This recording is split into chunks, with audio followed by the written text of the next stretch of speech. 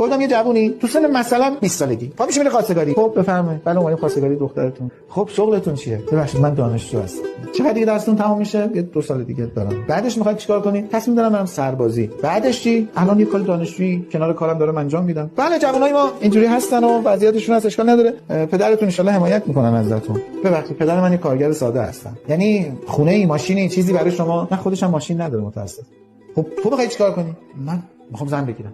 خب با چی؟ من واقعیتش خدایی دارم. خدای من یه کتابی داره اسمش قرآنه. این قرآنش یه سوره‌ای داره اسمش سوره نوره.